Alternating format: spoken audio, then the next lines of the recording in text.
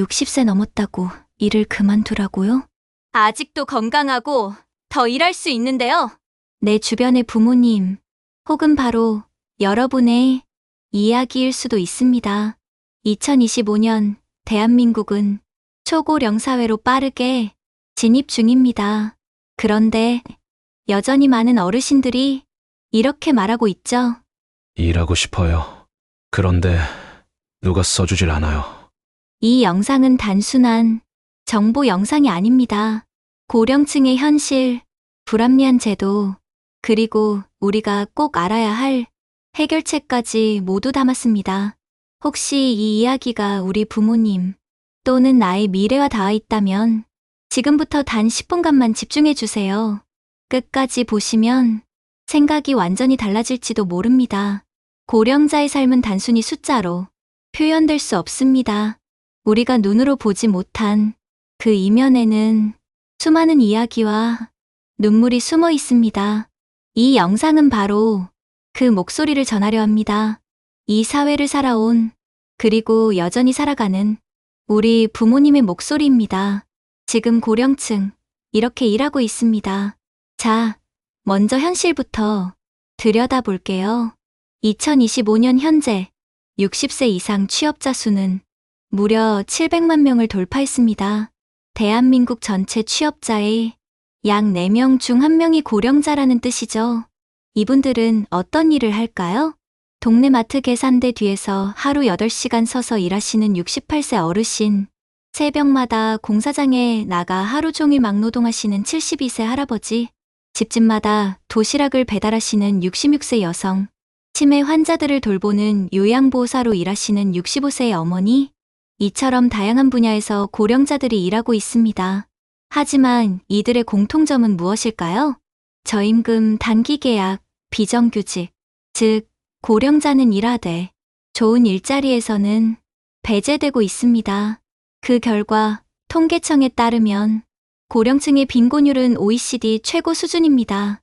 게다가 고령층 일자리의 70% 이상이 단순 노무직에 집중돼 있어 직무 만족도도 낮고 사고, 위험도 큽니다. 60대 이상의 산업재해 발생률이 20대보다 높다는 사실 알고 계셨나요? 왜 이렇게 된 걸까요? 바로 제도의 문제입니다. 이 이야기를 본격적으로 들어가 봅니다. 피크임금제, 왜 문제일까요? 혹시 들어보셨나요? 피크임금제라는 제도. 이 제도는 이렇게 생겼습니다. 회사가 정년을 보장하는 대신 일정 나이가 되면 임금을 점점 삭감하는 구조. 예를 들어 55세부터 매년 10%씩 줄여서 정년인 60세까지 임금이 절반 이하로 떨어지기도 합니다. 처음에는 정년을 늘려주니까 좋은 거 아니냐는 인식이 있었습니다. 하지만 실제로는 똑같은 일을 하면서도 월급은 계속 깎이고 임금이 낮아지자 회사는 명예퇴직을 유도하고 결국 고령자는 일도 못하고 돈도 없다는 상황에 놓입니다. 전문가들은 말합니다. 피크임금제는 고령자 혜택이 아니라 기업의 인건비 절감 수단일 뿐이다. 게다가 이 제도는 청년 고용에도 도움이 되지 않습니다. 왜냐고요? 고령자 인건비가 줄어든다고 해서 청년 고용이 늘어나는 구조는 아니거든요. 오히려 경험 많은 고령자가 빠져나간 자리에 업무 연속성이 깨지고 더 큰 문제가 생깁니다. 직장 내 세대 간 갈등도 심화됩니다. 어르신들 자리 때문에 청년이 못 들어온다는 잘못된 인식이 생기고 이는 고령자에 대한 혐오로 이어질 수도 있습니다. 피크임금제는 단순한 임금 삭감의 문제가 아니라 고령자에 대한 사회적 낙인을 고착화시키는 구조로도 작용합니다. 실제로 2023년도 한국노동연구원 조사에 따르면 55세 이상 근로자의 62%가 연령으로 인해 차별을 경험한 적이 있다고 응답했으며 그중 다수는 피크임금제 도입 이후 조직 내에서 소외감을 느낀다고 밝혔습니다. 이는 제도가 단순한 임금 구조를 넘어서 고령자의 자존감과 조직 내 정체성에까지 영향을 미치고 있음을 시사합니다. 정년 60세, 너무 짧지 않나요? 다음은 정년 이야기입니다. 여러분, 우리나라 평균 기대 수명 아시나요? 무려 83세입니다. 그리고 건강 수명은 약 73세라고 합니다. 그런데 법정 정년은 아직도 대부분 60세입니다. 즉, 건강하게 일할 수 있는 13년을 그냥 버리는 셈이죠. 아니, 은퇴하고 쉬면 되잖아요. 물론 경제적 여유가 있다면 가능합니다. 하지만 현실은 60세 은퇴 이후 소득이 뚝 떨어지고 국민연금만으로는 생활이 안 되고 다시 일자리를 구하려 해도 나이 때문에 탈락. 그 결과 고령층은 다시 단기 저임금 불안정 일자리로 몰립니다. 해외 사례를 보겠습니다. 일본 정년 70세까지 연장, 독일, 덴마크 정년 67세 이상으로 법 보장, 미국 법적 정년 제한 없음, 연령 차별 금지법 엄격. 고령자 고용이 늘어나면 사회에 어떤 도움이 될까요? 실제로 통계청 2024년 자료에 따르면 고령층 고용률이 1%포인트 상승할 때 국내 총생산 GDP는 약 0.3% 증가 효과가 있는 것으로 나타났습니다. 또한 60세 이상 고령자의 소비 지출 규모는 연간 약 120조 원으로 이들이 경제활동을 지속할 경우 내수 진작에 큰 기여를 합니다. 노동시장 잔류기간이 늘어나면 연금 수급 시작이 늦어지고 국가 재정 부담도 감소합니다. 국가의 연금 지급 부담 완화, 고령자의 소비 유지, 내수 경제에 도움, 세대 간 소통 기회 증가, 즉 정년 연장은 고령자만을 위한 제도가 아니라 우리 모두를 위한 정책입니다. 고령자 차별, 실제 현장에서는 이렇게 일어납니다. 나이는 숫자에 불과하다는 말? 현실에서는 잘 통하지 않습니다. 실제 취업 현장에서는 어떤 일이 벌어질까요? 이력서에서 생년월일을 보는 순간 탈락. 면접관이 묻습니다. 좀 쉬시는 게 좋지 않겠어요? 겨우겨우 붙은 일자리는 고령자 전용 아르바이트, 그것도 3개월 단기 계약. 이것은 단순한 불편이 아니라 명백한 연령차별입니다. 국제인권단체인 휴먼 라이츠 와치는 정년 제한 폐지, 피크임금제 폐지를 요구하고 있습니다.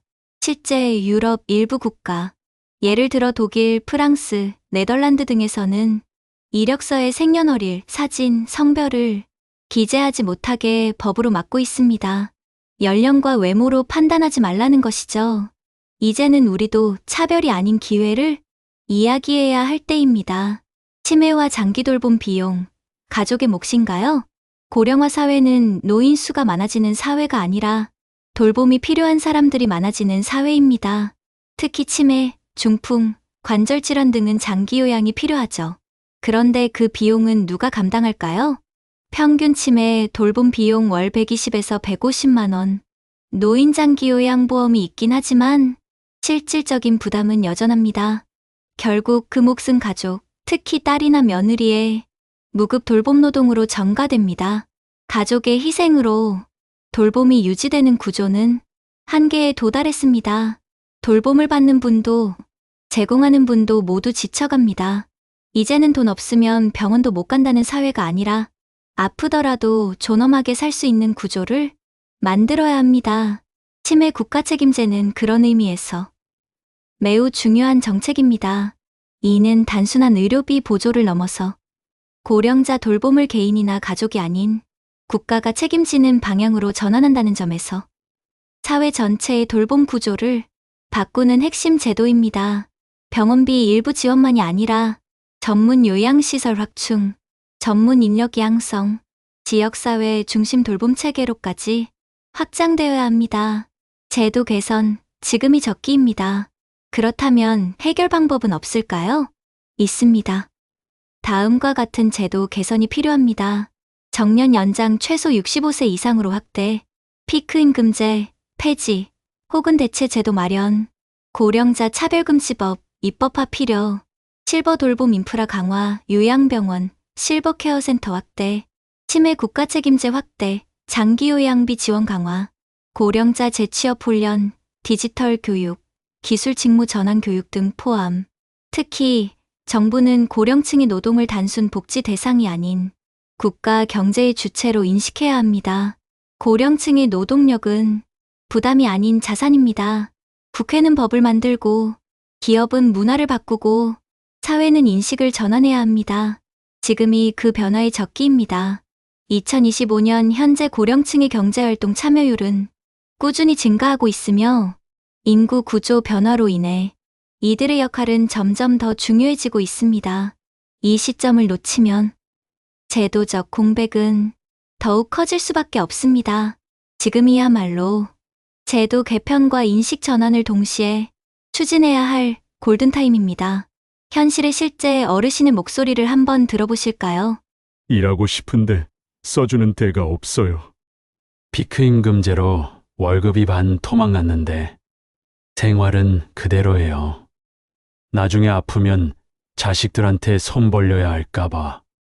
그게 제일 걱정이에요.